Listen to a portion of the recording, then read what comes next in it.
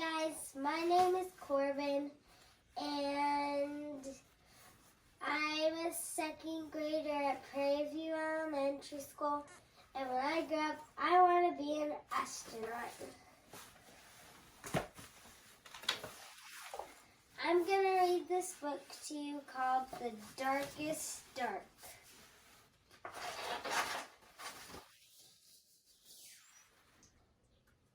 Written by Chris Hadfield and Kate Fillion, illustrated by the Fan Brothers.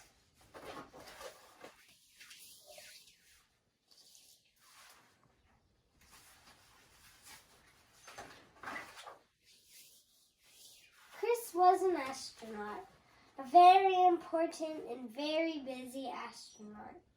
When it was time to take a bath, he told his mother, "I'd love to, but I'm saving the planet from aliens."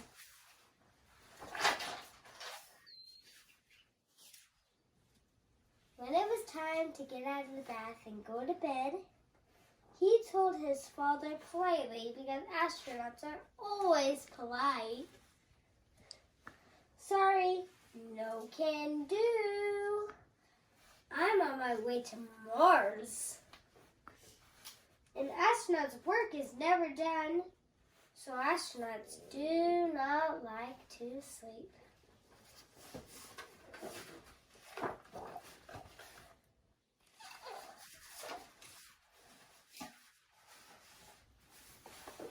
I forgot to say this page before this.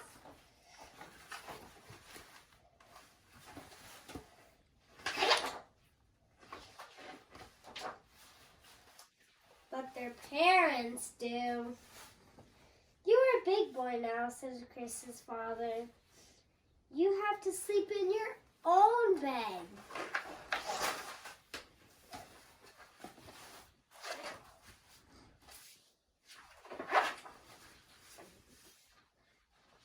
And Chris tried.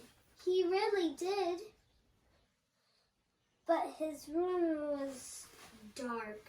Very, very dark.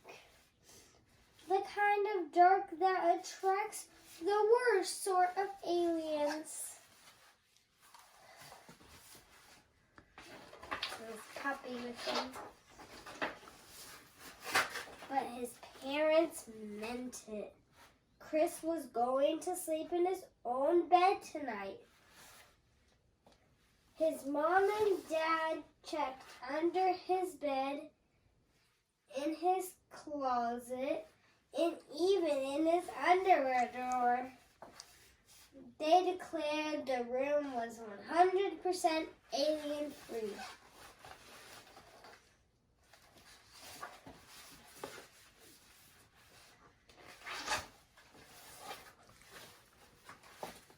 They tucked Chris in. They turned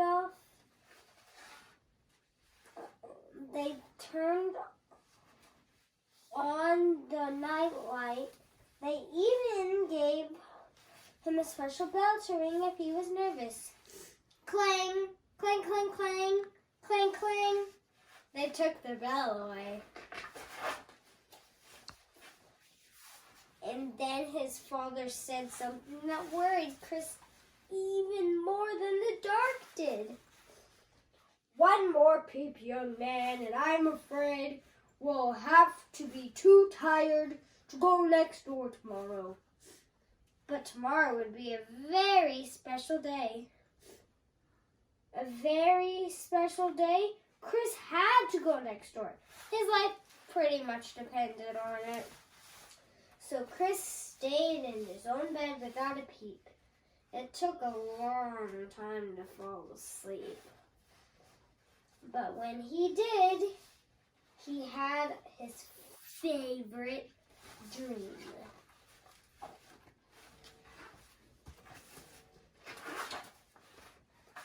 He flew his spaceship all the way to the moon.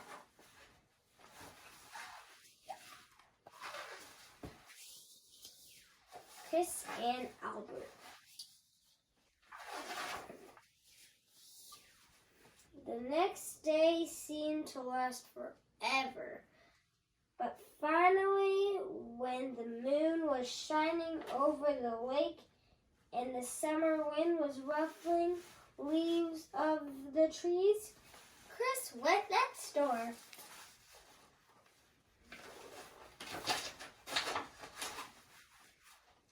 The house was already full of people all gathered around the TV, the only TV on the whole island.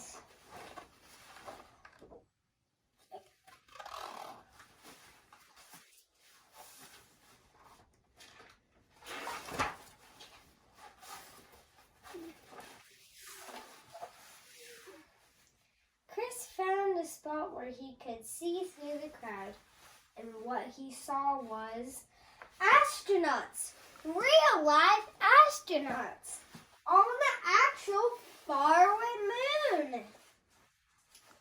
They were wearing puffy white suits and jumping for joy, jumping so high because there was so much gravity here. They're aiming. See how far I move? The big guy's jumping. The grown-ups huddled around the TV. All of them were amazed. Their whole lives long, they never expected to see this sight. Even Chris, who had been to the moon just the night before in his dream, was amazed. He never really noticed how dark it was there. Outer space was the darkest dark ever.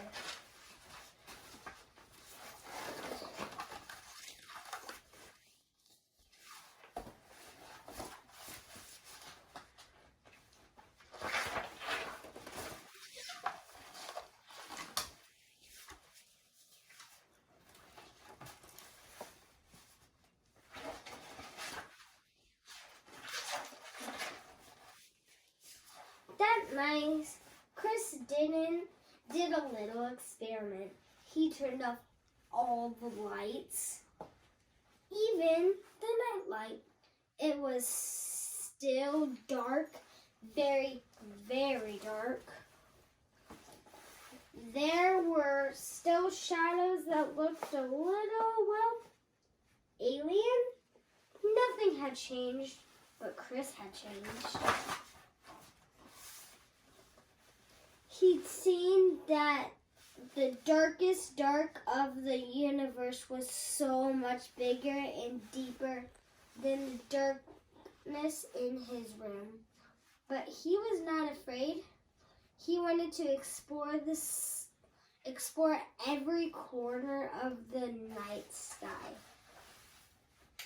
For the first time, Chris could see the power and mystery and velvety black beauty of the dark.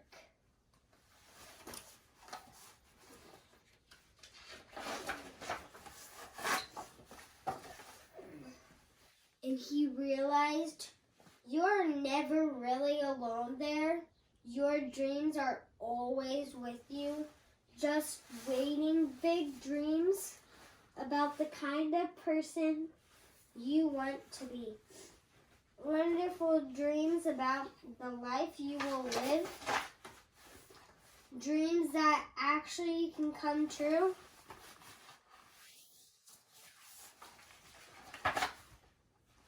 The end.